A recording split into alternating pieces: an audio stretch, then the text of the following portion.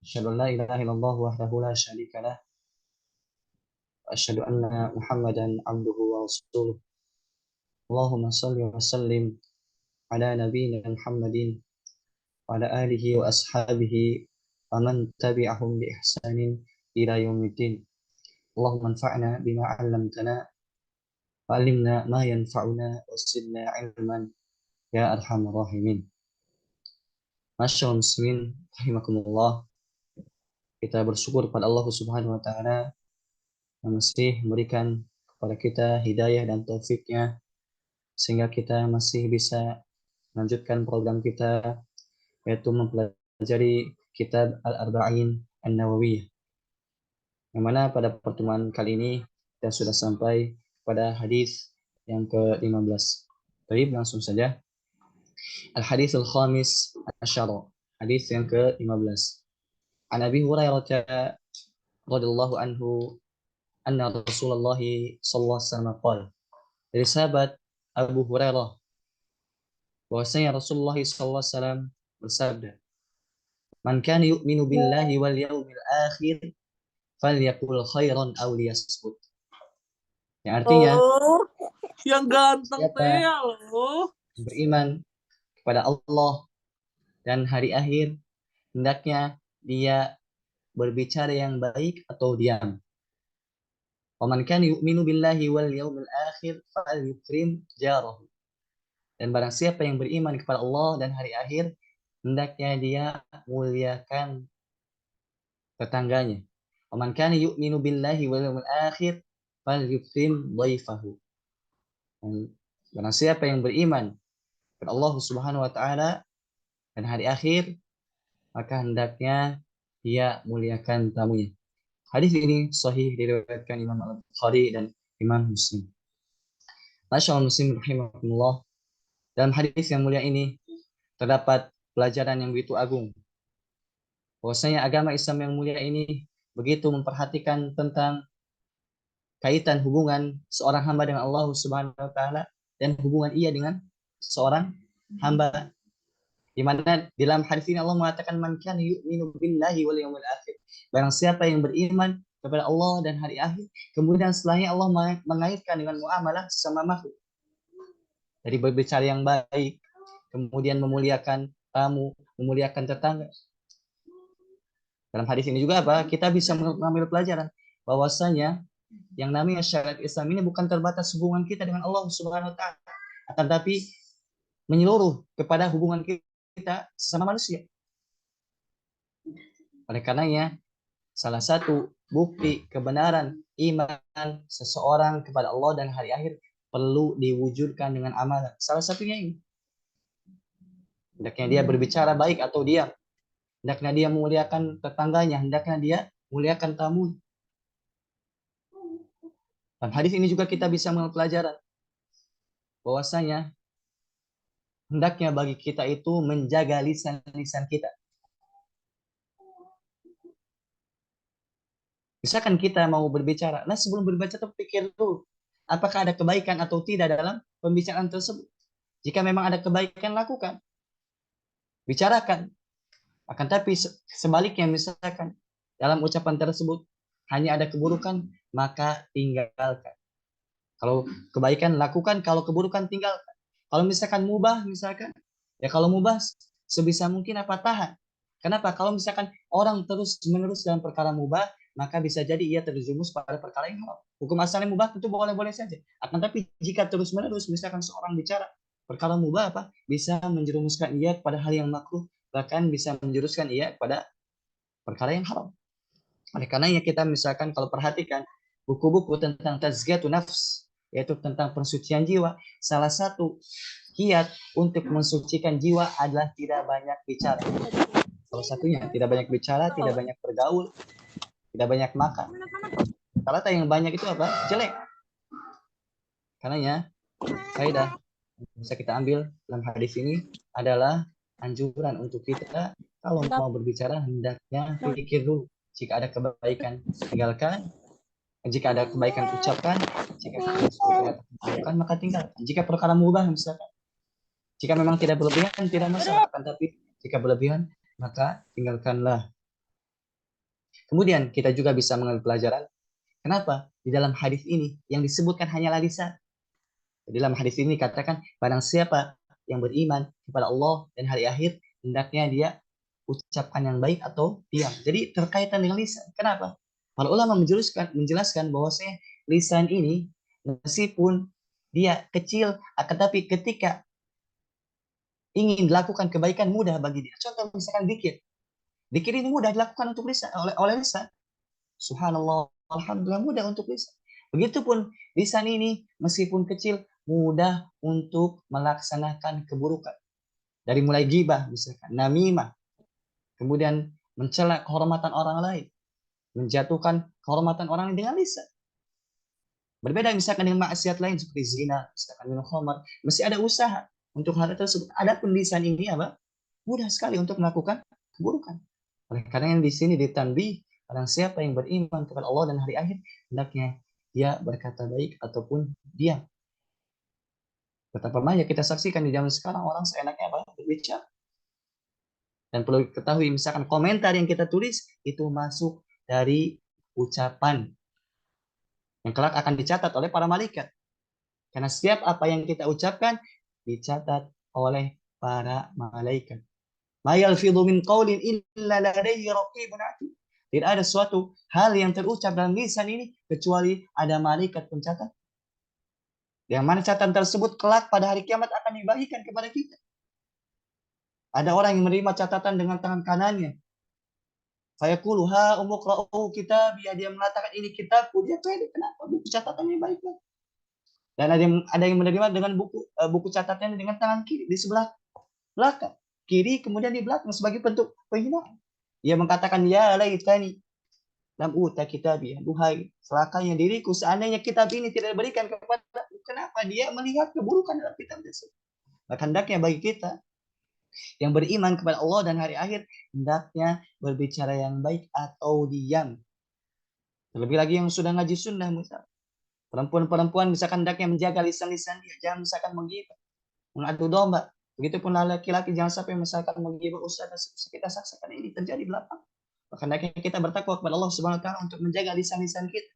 Oleh karena yang sahabat Abu Bakar, begitupun diriwayatkan oleh sebagian Ibnu Mas'ud radhiyallahu anhu, bahwasanya lisan ini perkara yang besar sekali. Tidak ada yang lebih pantas untuk dipenjara kecuali lisan ini.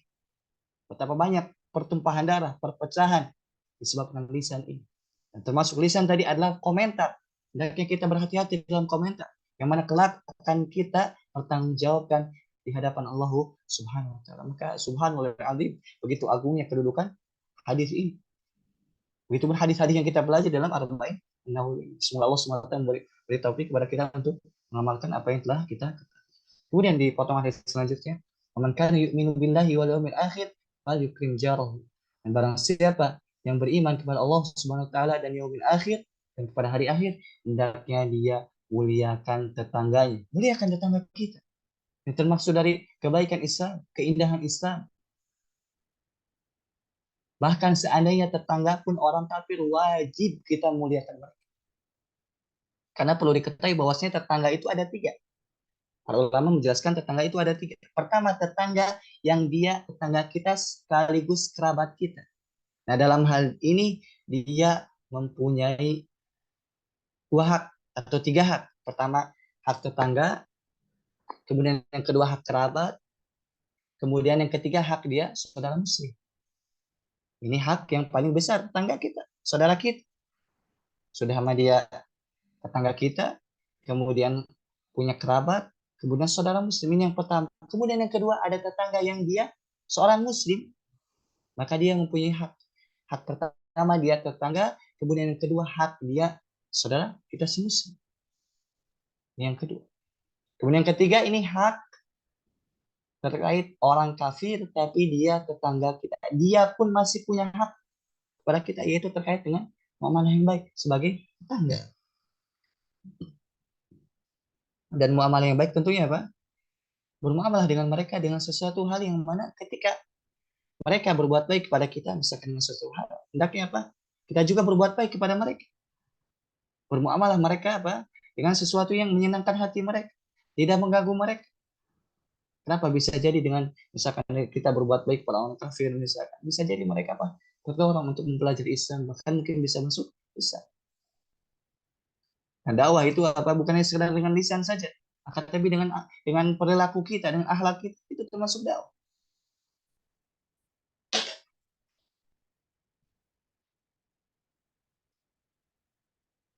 Kemudian hadis selanjutnya, wa man kana yu'minu billahi wal yawmil akhir falyukrim dhaifahu. Dan ada tambahan terkait tadi hak tetangga itu apa? Disebutkan di zaman Nabi Muhammad SAW. Ada seorang wanita yang dia itu sholat malam, dia rajin ibadahnya, yang wajib dia kerjakan, yang sunnah ia kerjakan, sholat malam, qiyamul lail.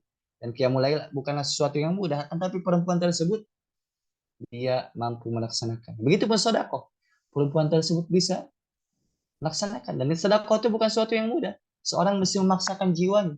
Karena jiwa itu apa? Cinta harta. Nah, seorang yang sedekah itu apa? Memaksakan diri. Nah, perempuan ini dia qiyamul lail, dia sedekah dan kebaikan-kebaikan lain. Akan tapi wanita tersebut suka mengganggu tetangganya. Maka dikabarkan atau ditanyakan kepada Nabi Muhammad SAW tentang perempuan ini. Maka kata Nabi Muhammad SAW, dia finnar, dia tempatnya di neraka. Ya. Bagaimana ibadahnya begitu rajin, bahkan qiyamul lail.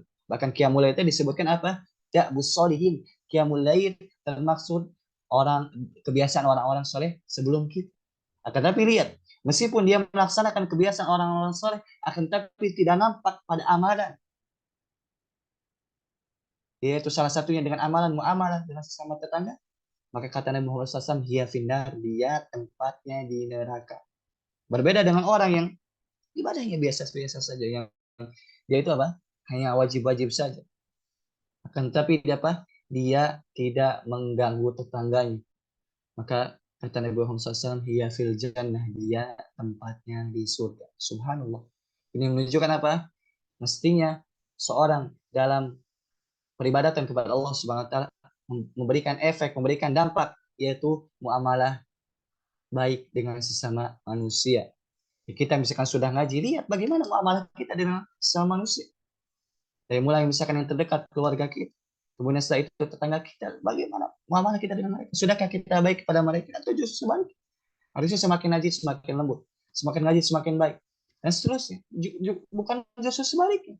Semakin ngaji semakin mudah memvonis misalkan, semakin mudah untuk merendahkan, menghinakan, merasa tinggi. Ini nggak ada manfaat dalam dia mempelajari agama. Hendaknya apa? Ketika seorang mempelajari agama, ada efek dalam kehidupan sehari-hari. Dari mulai hatinya dia semakin matang, semakin tawadu, semakin memuliakan yang tua, semakin sayang kepada keluarga, semakin memuliakan karib kerabat tetangga dan seterusnya. Ya, karena ya masya Allah muslim rahimakumullah, hendaknya kita memperhatikan hal ini. Kemudian, "Waman kana yu'minu billahi wal yawmil akhir falyukrim dhaifahu." Dan barang siapa yang beriman kepada Allah Subhanahu wa taala dan hari akhir, hari kiamat, falyukrim dhaifahu. Hendaknya dia muliakan tetangga. Ini juga termasuk akhlak yang mulia. Bahkan termasuk kewajiban misalkan ketika seorang bertamu kepada kita, wajib untuk kita menjamu. Ada yang mengatakan 1 hari, ada yang mengatakan 3 hari. Tapi apa tetap wajib. Sisanya apa secara lebih 3 hari itu adalah sunnah.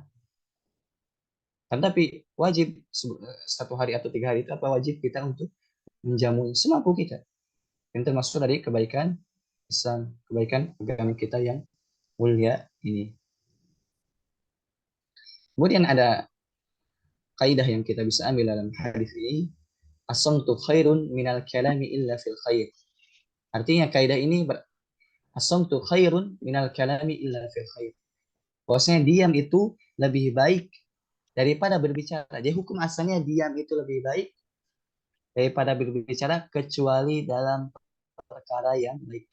Hukum asalnya kita tuh diam. Nah, kapan kita keluar dari diam ini? Ketika memang ada kebaikan di situ. Yang hendaknya apa?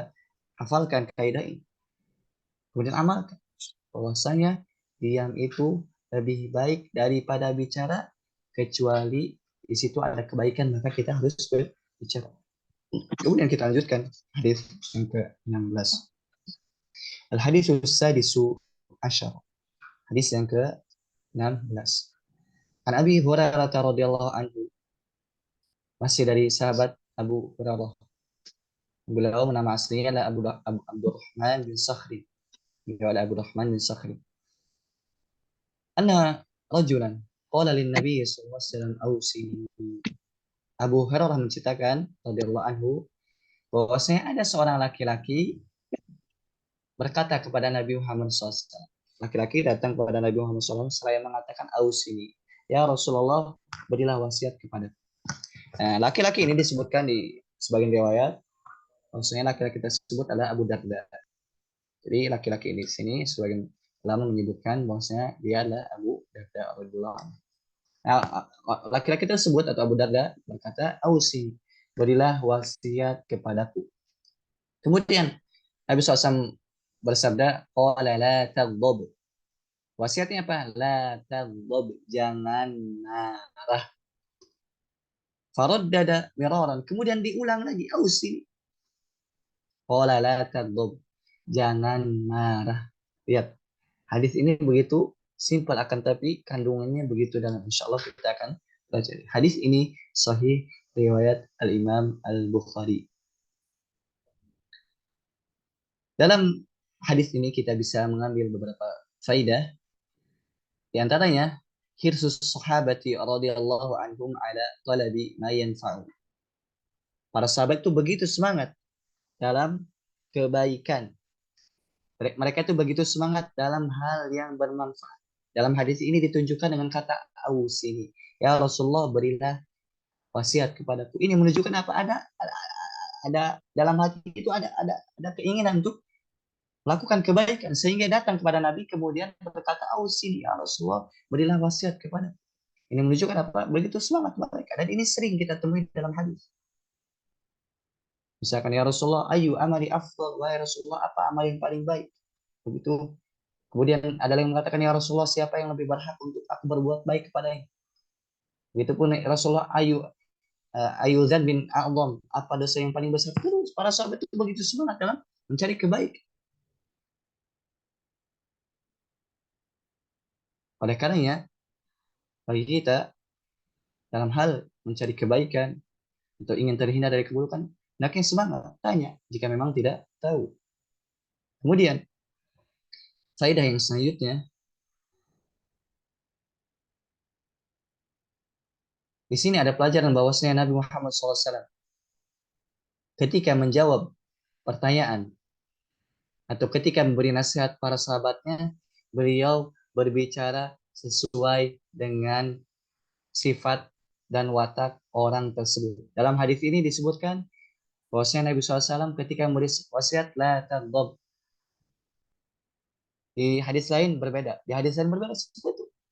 Kenapa? Karena Nabi SAW ketika berbicara lihat kondisi orang yang diajak bicara. Dan ini penting bagi kita. Tidak mesti mensamaratakan antara satu dengan yang lain. Lihat kondisi orang yang ajak kita bicara. Lianna wasaya an-Nabi SAW takhtalifu min syakhsin lil akhar. Bahwasanya wasiat Nabi SAW berbeda dari satu orang dengan yang lain yang berbeda. Maka para ulama mengatakan ikhtilafu ijabatin Nabi SAW taba'an li ikhtilafis sa'ili. Bahwasanya perbedaan jawaban Nabi Muhammad SAW itu disebabkan bedanya watak orang yang bertanya. Termasuk dari apa? Baiknya tarbiyah Nabi SAW. Bagusnya pendidikan Nabi Muhammad SAW. Makanya bagi orang misalkan yang berkecimpung di dunia pendidikan, hendaknya seperti ini. Tidak menyamakan satu dengan yang lain. Berbicara sesuai dengan watak mereka. Tidak dipukul rata. Walidzalika ja'at ahaditsu katsiratun kullu wahidin yaqul ya Rasulullah dullani ala afdal a'mal. Oleh karenanya datang di berbagai macam hadis. Ada orang yang mengatakan ya Rasulullah, tunjukkan kepadaku amal yang paling baik. Kemudian fayajibu hadza. Kemudian Nabi SAW menjawab ini. Kemudian ada datang yang lain. Nabi SAW menjawab ini beda-beda. Menunjukkan apa? Nabi SAW dalam hal memberikan wasiat, dalam memberikan jawaban itu berbeda sesuai dengan watak orang yang diajak bicara. Kemudian masyaallah muslimin rahimakumullah. Dalam hadis ini juga terdapat larangan bagi kita untuk mendatangi sebab-sebab yang dapat mendatangkan rasa marah. Kenapa? Karena rasa marah ini jika dipancing dapat menimbulkan keburukan yang begitu banyak. Betapa banyak orang misalkan saksikan ketika ia marah keluar kata-kata kotor. Bahkan misalkan ketika ia marah sampai bisa menceraikan istri. Bahkan misalkan ketika ia marah keluar misalkan kata-kata yang naudzubillah tidak pantas seseorang muslim, misalkan hewan-hewan kebun binatang disebut, misalkan disebabkan apa? Marah. Akan tapi lihat ketika mereka beres dari marahnya menyesal mereka. Bahkan mungkin seorang suami menceraikan istrinya menyesal. Kenapa? Karena memang marah itu membuka pintu-pintu keburukan lain. Oleh karenanya kewajiban bagi kita menutup celah yang dapat mengantarkan kepada yang sesuatu yang dapat menimbulkan rasa marah kita. Ini penting. Nah, dengan cara apa kita bisa terdorong untuk menahan amarah kita? Yang pertama tentunya kita melihat keutamaan orang-orang yang sabar, yang mampu menahan amarahnya. Jadi salah satu kiat supaya kita bisa menahan emosi kita, supaya kita tidak marah, yaitu yang pertama, ingat keutamaan orang yang mampu menahan emosi. Salah satu yang disebutkan di surat Ali Imran.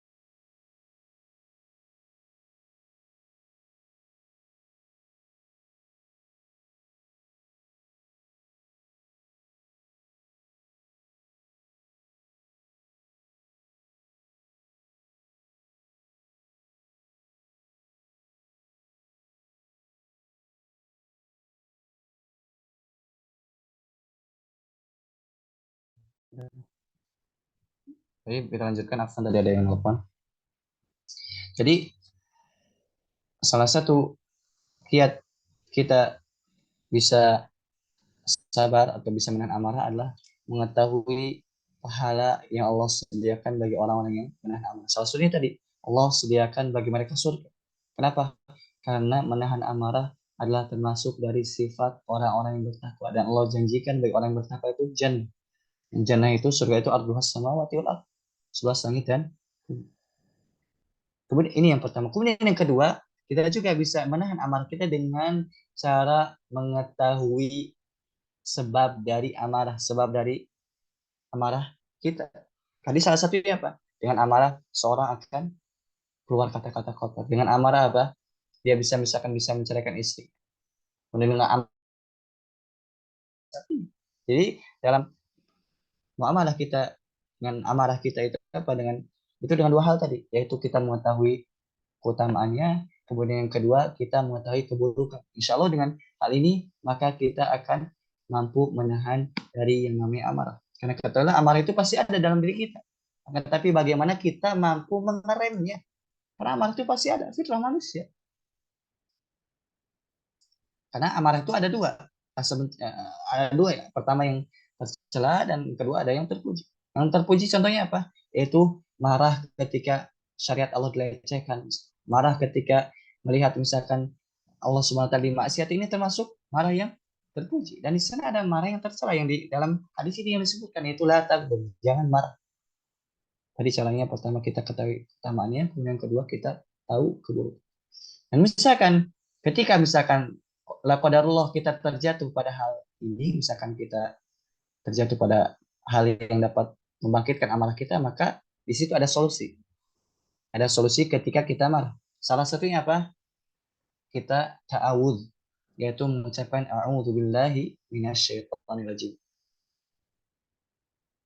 Jadi salah satu hal yang pertama kali kita lakukan ketika kita marah adalah kita berta'awudz. yaitu ucapkan a'udzubillahi minasyaitonir rajim. Berlindung kepada Allah Subhanahu wa taala.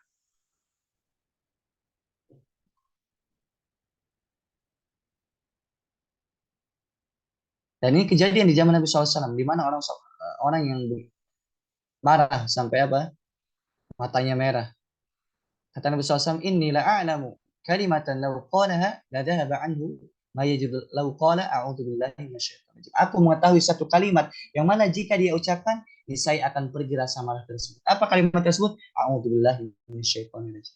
Ini yang pertama, hendaknya kita ketika ada di situ rasa marah, maka tenang, berlindung kepada Allah dari godaan setan yang terkutuk.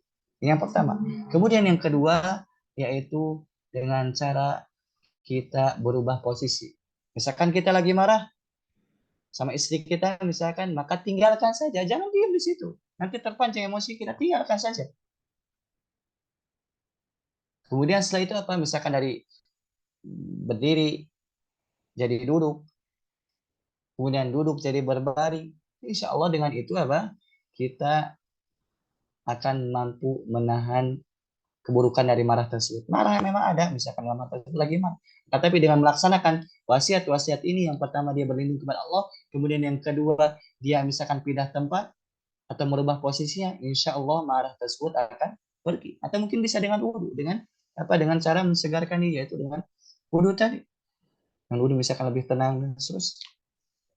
Itu kiatnya. Jadi kalau misalkan kita lagi marah, jangan sampai terpancing emosi, sudah tinggalkan, kemudian wudhu atau kemudian pindah tempat, kemudian berlindung kepada Allah Subhanahu wa taala dari godaan setan yang terkutuk.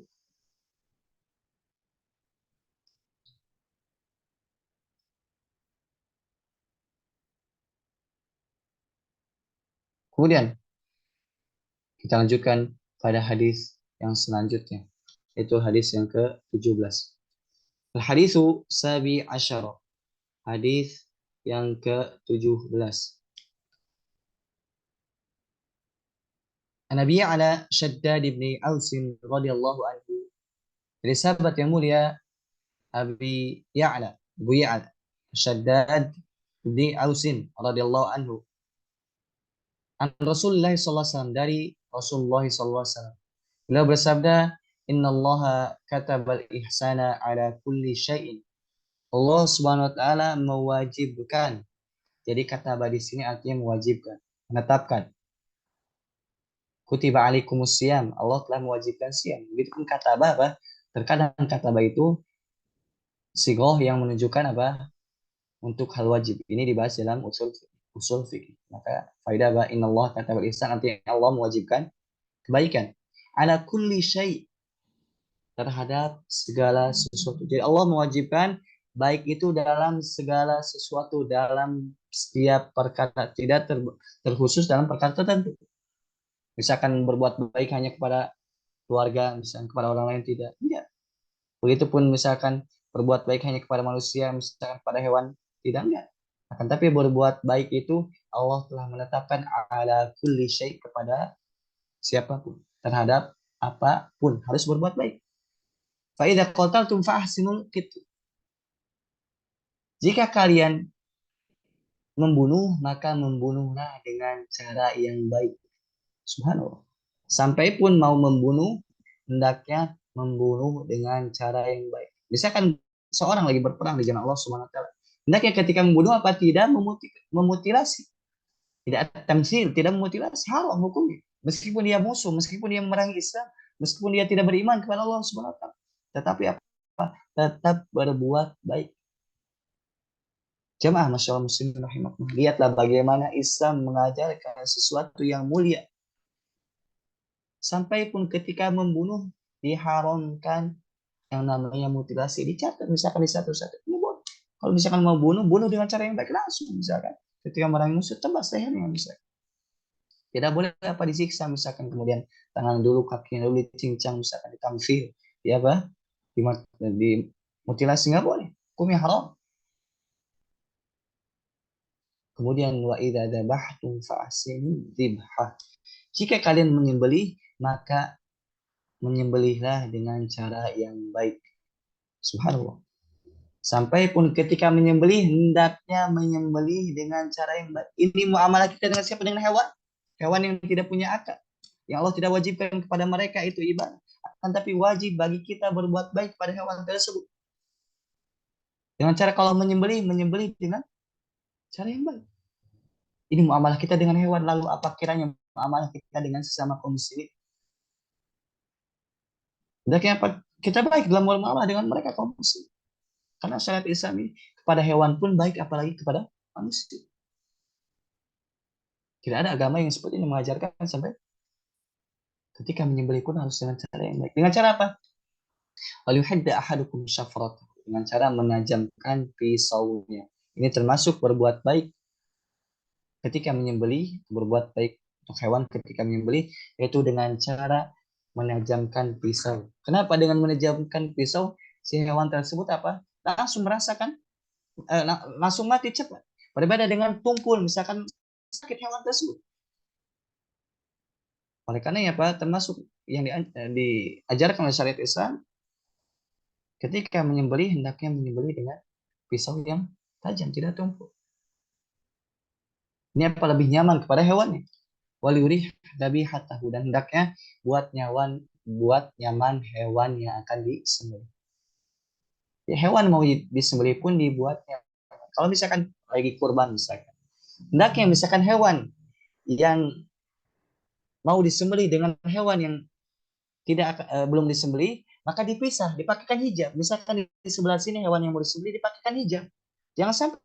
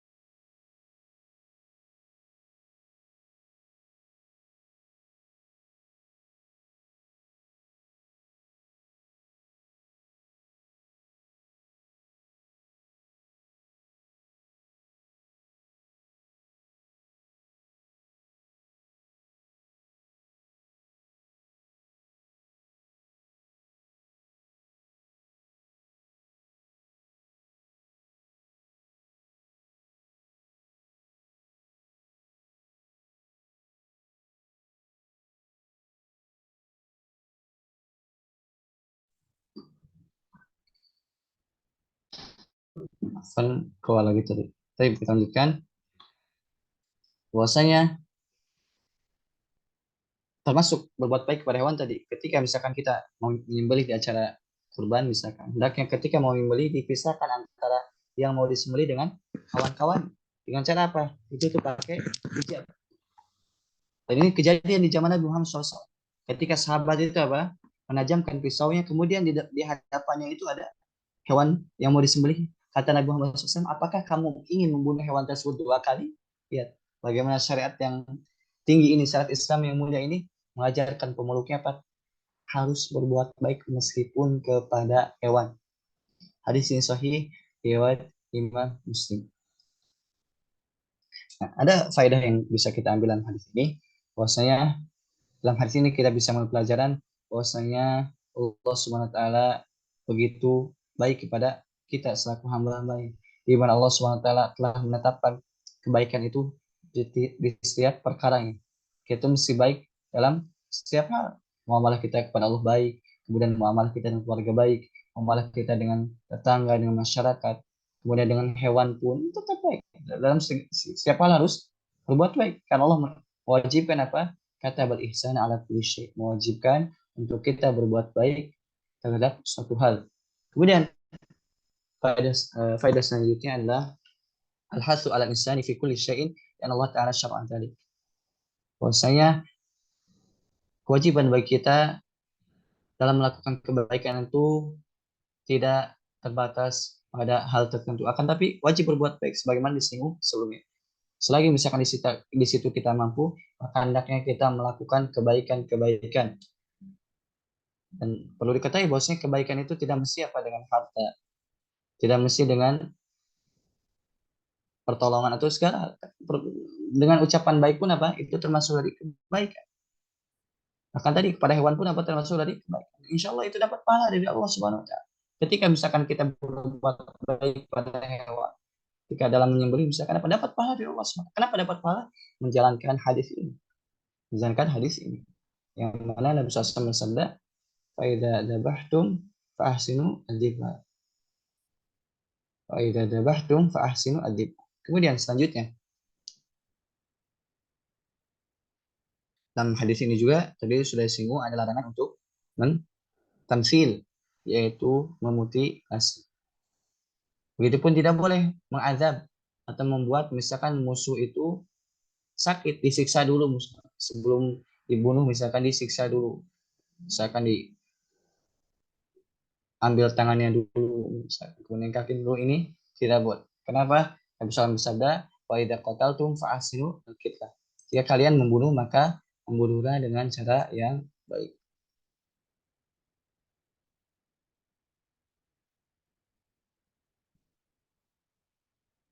Kemudian kita lanjutkan pada hadis yang ke-18.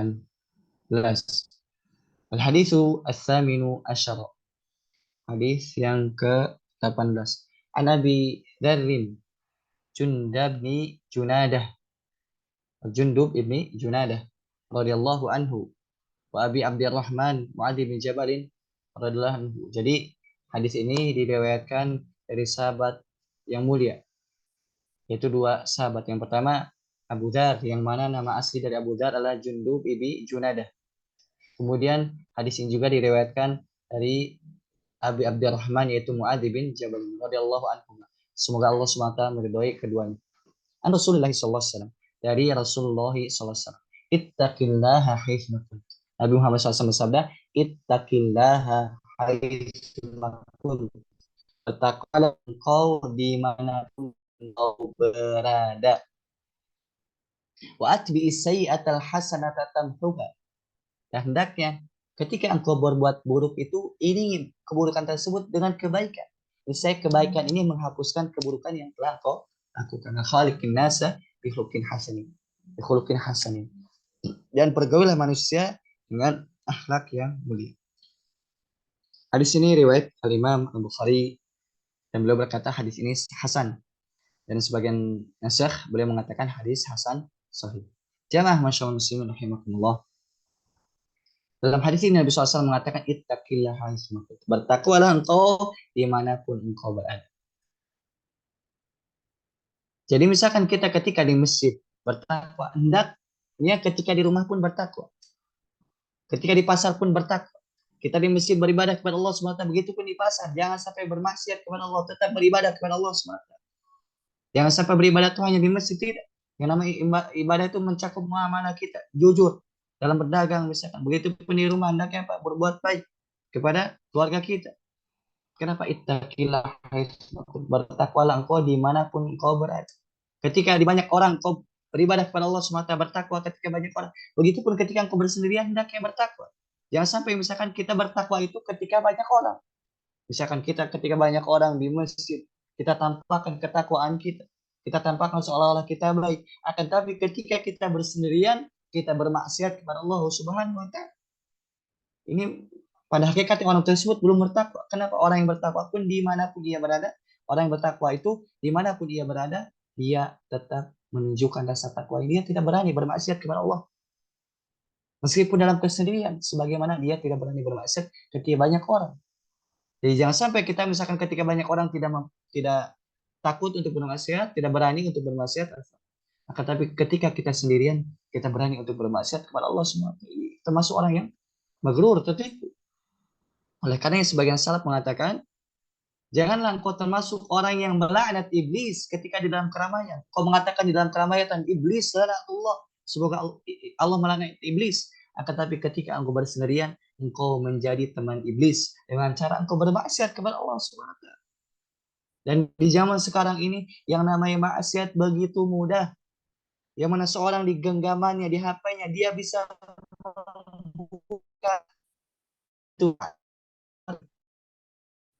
Di zaman dulu misalkan kalau mau maksiat meski ia keluar, di zaman sekarang diem di rumah, kunci pintunya dia bermaksiat dengan HP yang tersebut. Oleh karena HP ini apa? Jika memang seorang mampu memakainya dengan kebaikan, dapat kebaikan di sana. Di antaranya bisa kajian, bisa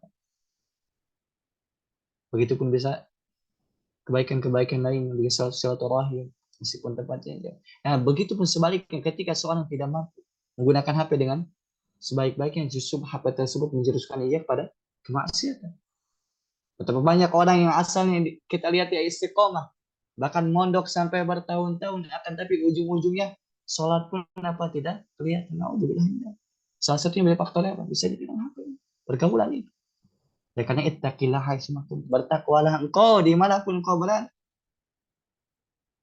Jadikanlah Allah SWT satu-satunya zat yang kita agungkan. Jangan sampai ketika kita di hadapan makhluk yang hina kita tidak berani bermaksiat, sedangkan di hadapan Allah ketika sendirian kita berani bermaksiat. Begitu seolah-olah kita menganggap Allah itu sesuatu yang paling jelek. Kenapa? Kita berani bermaksiat di hadapan Allah, sedangkan di hadapan Allah tidak berani bermaksiat. Subhanallah. Bahkan lagi ittaqillah haitsumakum, bertakwalah dimanapun kau berada. Dan takwa itu kata Ali bin Abi Thalib radhiyallahu anhu, yang namanya takwa itu al khaufu minal jalil. Yang pertama, yang namanya takwa itu al khaufu minal jalil. Kata Ali bin Abi Thalib, yang namanya takwa itu al khaufu minal jalil. Engkau takut kepada Allah yang Maha Mulia. Ini orang yang bertakwa. Mesti orang yang bertakwa itu takut kepada Allah Subhanahu wa taala. Dengan cara apa? Tidak melakukan maksiat.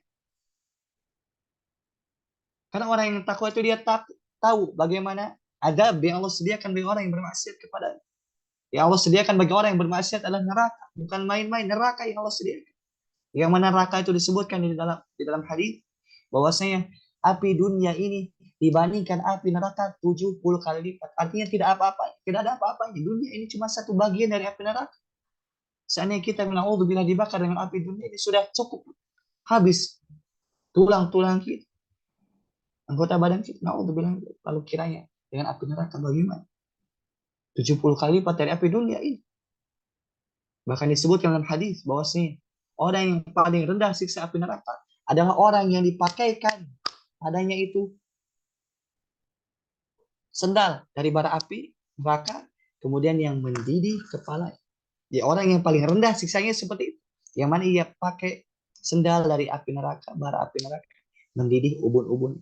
Nah, orang tersebut menyangka orang tersebut adalah adab yang paling tinggi dalam neraka. Padahal orang tersebut adabnya yang paling tinggi. Karena ittaqillah yusmukum.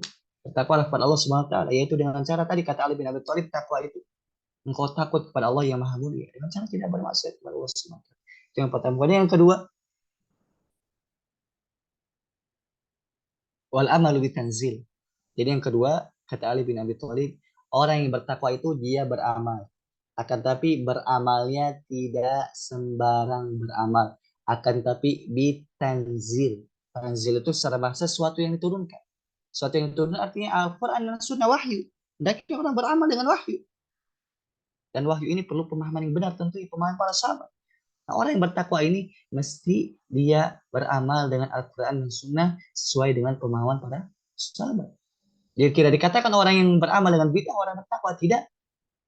Seseorang tersebut apa tidak bertakwa? Kenapa dia tidak beramal dengan bitanzil, dengan wahyu, sesuatu yang diturunkan? Ini yang kedua. Hendaknya seorang bertakwa itu beramal. Jadi orang yang bertakwa itu yang pertama dia tidak maksiat. Kemudian dia beramal soleh. Tentu apa? Ada pengecualian nanti. Misalkan apa? Ketika orang bertakwa pun terkadang terjerumus pada kesalahan, pada dosa, itu pengecualian. Akan tapi pada umumnya apa? Hendaknya orang bertakwa itu apa? Al khaufu minal jalil, takut kepada Allah Subhanahu wa taala. Dengan cara tidak berani bermaksiat kepada Allah Subhanahu wa taala. Kemudian yang kedua, dia beramal. Tapi bukan sembarang amalan. Akan tapi beramal dengan tanzil, dengan Al-Quran dan Sunnah, dengan wahyu, sesuai dengan pemahaman para sahabat Nabi Muhammad SAW. Kemudian yang ketiga, orang yang bertakwa itu wal qanaatu bil qalil. Jadi orang yang bertakwa itu qanaah, merasa cukup dengan sesuatu yang sedikit. Jadi orang yang bertakwa itu bisa Ketika ia mendapatkan rezeki ternyata sedikit, bersyukur kepada Allah Subhanahu wa taala. Tetap bersyukur kepada Allah Subhanahu wa taala. Nah, ketika seorang hatinya itu qanaah, merasa cukup, merasa puas dengan sesuatu yang diberikan oleh Allah Subhanahu wa taala, maka pada hakikatnya orang tersebut adalah orang yang paling kaya. Sebagaimana kata Nabi Muhammad SAW, laisal ghina an kathratil arad, walakinal ghina nafs. Yang namanya kaya itu bukan kaya hati, akan tapi kaya itu kaya jiwa. Kenapa? Kalau jiwa ini sudah kaya, sesuatu yang kecil pun di dalam tangan ini, genggaman ini terasa banyak, terasa besar. Berbeda ketika jiwa ini kerdil, miskin, maka yang banyak pun di tangan ini, genggaman ini terasa kurang. Betapa banyak kita saksikan mungkin dia kaya raya, akan tapi begitu tamat terhadap dunia, sampai terus mengejar siang malam dunia lagi, dunia lagi. Yang dibicarakan dunia lagi, dunia lagi. Kenapa? Dia sudah miskin hati. Dia tidak merasa puas dengan sesuatu yang diberikan oleh Allah SWT. Sampai pun besar yang ia berikan, yang ia dapatkan, maka hatinya tidak merasa puas. Terus seperti itu mencari dunia sampai ia meninggal dunia. Dunia yang ia cari. Oleh karena Nabi SAW, laukan ibni Adam, laukan ibni Adam, wadiyan minad dhahab. Seandainya anak Adam itu punya lembah, yang mana lembah itu semuanya emas. Lembah itu apa? Tempat antara dua bukit, dua gunung. Begitu banyak, begitu besar. Nah, seandainya semuanya itu emas, labtaghutsani, anak Adam tersebut tidak berhenti. Apa akan mencari yang kedua? Kemudian jika punya dua, labtaghutsani, dia akan mencari yang ketiga terus. Kemudian tidak ada yang menantikan anak Adam tersebut illa turab, kecuali tanah, kecuali meninggal dunia sudah. Kalau meninggal dunia sudah. Karena apa? Hendaknya orang yang bertakwa itu qanaatu bil qalil, dia merasa cukup dengan sesuatu yang sedikit. Yang ketiga. Kemudian yang keempat, al-isti'dadu biyaumir rahil. Hendaknya orang bertakwa itu bersiap-siap untuk berbekal untuk berjumpa dengan hari akhir. Ya, orang yang bertakwa mesti berbekal untuk hari akhir. Kenapa? Kita ketahui di dunia ini kita berbekal, kita bekerja. Untuk apa? Tujuan untuk bisa hidup di dunia ini. Padahal dunia ini amal umat baina sittina wa sab'in, kata Nabi Muhammad SAW. Umur umatku hanya 60 sampai 70 tahun. Dan sedikit orang yang melampaui 70 tahun. Nah, umur yang sekian saja kita mesti berbekal. Apalagi untuk negeri akhirat, mesti lebih berbekal lagi.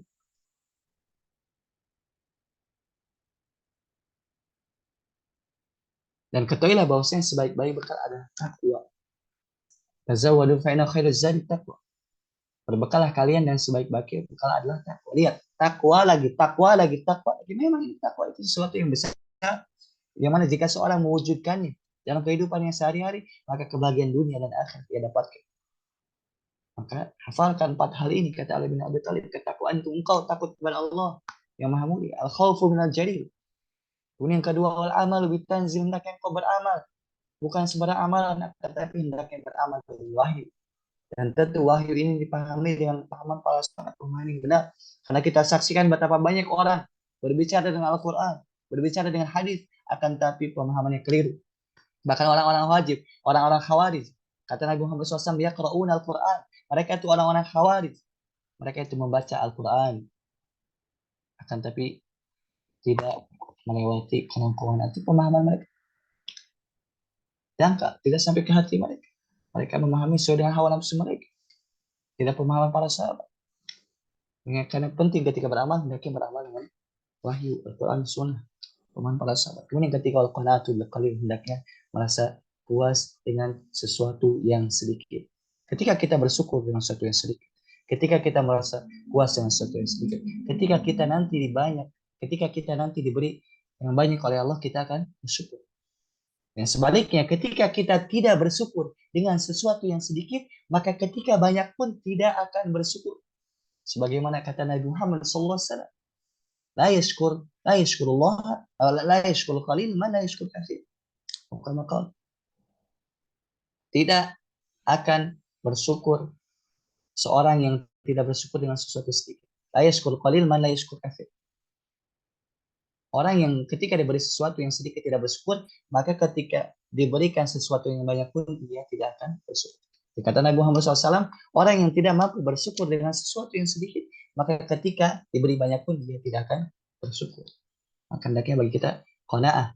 Periksa hati kita, sudahkah qanaah atau tidak? Periksalah hati kita, sudahkah kita bertakwa dengan cara tidak bermaksiat kepada Allah? Sudah kita bertakwa dengan cara beramal? Paksakan diri untuk beramal. Kemudian yang ketiga, sudahkah kita qanaah, merasa cukup dengan sesuatu yang sedikit? Kemudian yang keempat, wal isti'dadu bi amri rahim, hendaknya kita mempersiapkan bekal untuk perjumpaan menghadap Allah Subhanahu wa taala. Kemudian selanjutnya, watbi sayyi'atul hasanata tamhuha. Dan hendaknya ketika engkau berbuat dosa, iringi perbuatan dosa tersebut dengan kebaikan. Niscaya kebaikan tersebut menghapuskan dosa-dosa yang telah berlalu.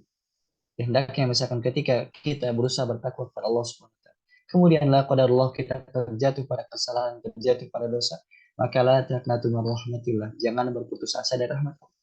Karena setiap kita pasti pernah berdosa. Setiap kita pasti pernah terjerumus kepada kesalahan. Kullu bani Adam khata'. Setiap anak Adam itu pernah melakukan kesalahan, pernah melakukan dosa. Wa khairul khata'ina tawwabun. Dan sebaik-baik orang yang berdosa adalah ia yang bertobat kepada Allah Subhanahu wa taala. Jadi ketika misalnya kita berusaha bertakwa kepada Allah, kemudian kita terjatuh pada kesalahan, jangan berputus asa. Kembali kepada Allah Subhanahu wa taala. Kita misalkan berusaha untuk taat, futur bangkit lagi. Kemudian kita bangkit, futur bangkit lagi, terus seperti itu.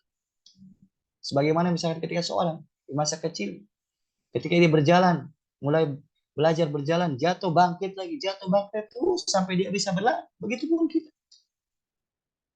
Dalam meniti jalan akhirat, meniti sesuatu yang Allah ridhoi, bangkit, jatuh, bangkit terus. Ketika kita berusaha sungguh-sungguh, maka Allah akan berikan kemudahan untuk kita.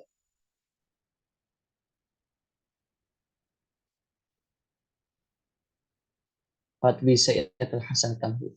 Ikutilah keburukan dengan kebaikan, saya kebaikan tersebut menghapuskan keburukan. Ini sesuai dengan ayat innal hasanat yudhibna sayyi'at, sesungguhnya kebaikan-kebaikan itu menghapuskan dosa-dosa.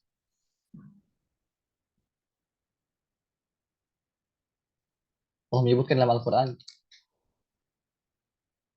bahwasanya innal hasanat yudhibna sayyi'at, yang namanya kebaikan itu menghapuskan keburukan-keburukan. Kemudian fakhaliqin nasa bi khuluqin hasan, dan hendaknya pergaulah manusia dengan akhlak yang mulia. Khaliqin nasa bi khuluqin hasan, hendaknya pergaulah manusia dengan akhlak yang mulia.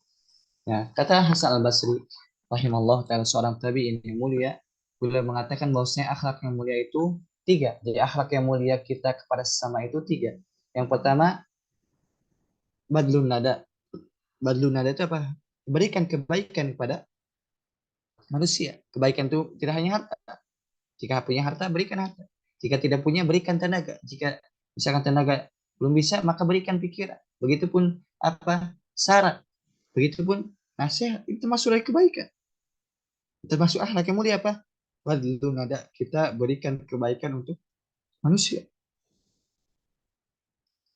Bahkan apa? Seandainya misalkan kita berbuat baik dengan senyuman saja, itu termasuk akhlak yang mulia.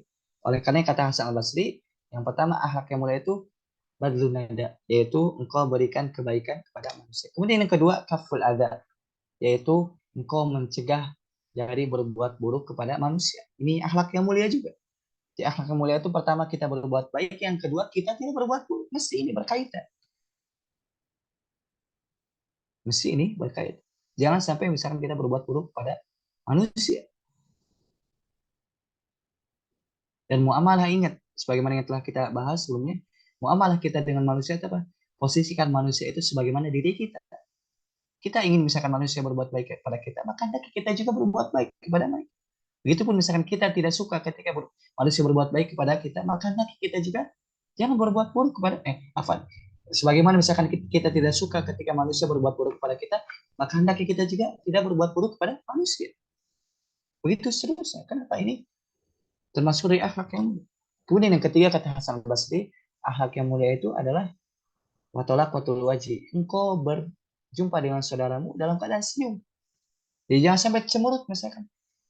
Ketemu saudara itu kayak ketemu dengan musuh misalkan apa? Cemurut. Tidak ada senyum-senyum sekali.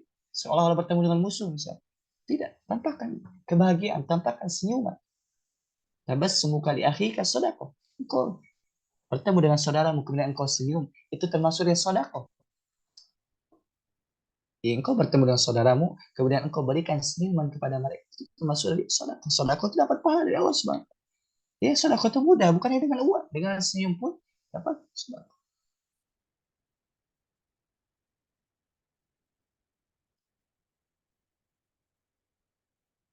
Dalam hadis ini kita bisa mengambil pelajaran bahwasanya akhlak yang mulia itu tiga. Jadi dalam hadis ini kita bisa mengambil pelajaran bahwasanya akhlak yang mulia itu tiga. Yang pertama akhlak yang mulia kita kepada Allah. Yang kedua akhlak yang mulia kita dengan diri kita.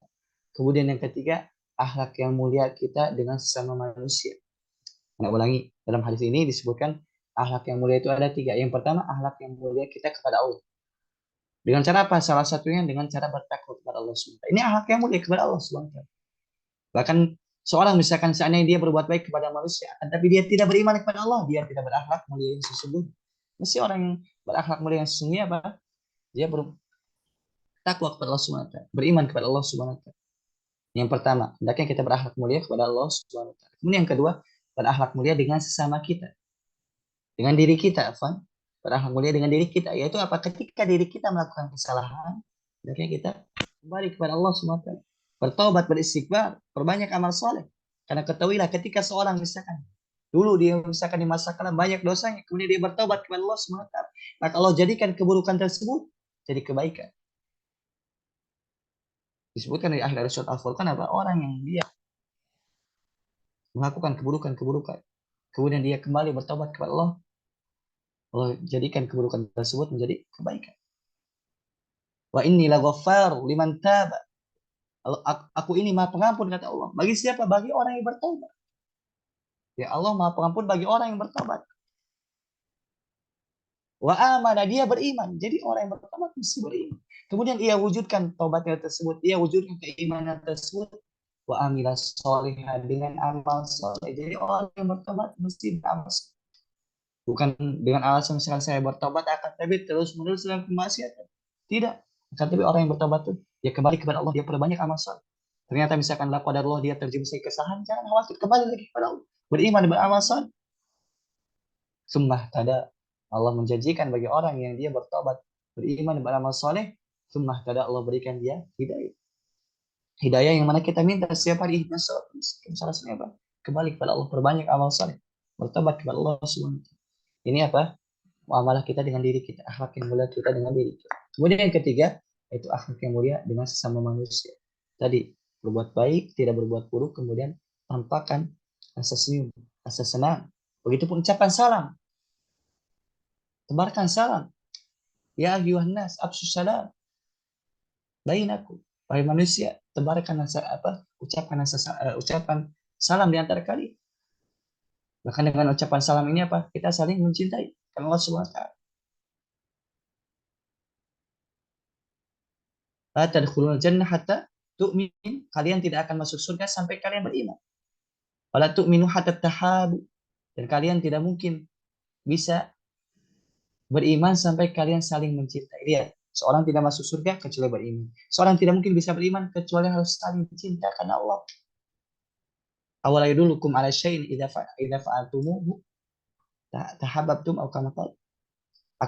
Maukah aku tunjukkan sesuatu hal yang mana jika kalian lakukan kalian akan saling cinta, yaitu afsus salam bainakum. Tebarkanlah salam di antara kalian. Ini penting. Lihat dalam hadis yang mulia ini kita bisa mengambil pelajaran yang namanya syariat Islam ini tidak terbatas pada muamalah kita dengan Allah Subhanahu wa taala. Tidak. Tetapi bagaimana muamalah kita, ibadah kita dengan Allah Subhanahu wa taala membuahkan hasil dengan sikap kita terhadap sesama. Sebagaimana telah kita bahas sebelum-sebelumnya. Lihatlah jamaah masyaallah muslimin rahimakumullah. Hadis-hadis yang ada pada kitab Arba'in Nawawi ini begitu agung kedudukan. Satu dengan yang lain saling menguat. Yang mana dalam hadis-hadis ini termasuk di pondasi-pondasi Islam. Oleh karenanya tidak salah ketika Al-Imam An-Nawawi rahimahullah taala meletakkan judul dalam kitab ini adalah Al-Mabani, yaitu pokok yang mana Islam dibangun di atas. Kita kenapa? Makanya yang dari awal sampai akhir sampai kita bahkan sampai akhir nanti hadis semuanya tentang pokok-pokok Islam. Yang mana ketika seorang mampu mempelajarinya, kemudian memahaminya, kemudian mengamalkannya, maka kebahagiaan dunia dan akhirat dia akan dapatkan. Jamaah muslimin rahimahullah. Mungkin sekian dari ana, kurang lebihnya ana mohon maaf. Subhanakallah wa bihamdika asyhadu an la ilaha illa anta astaghfiruka wa atubu ilaik. Assalamualaikum warahmatullahi wabarakatuh.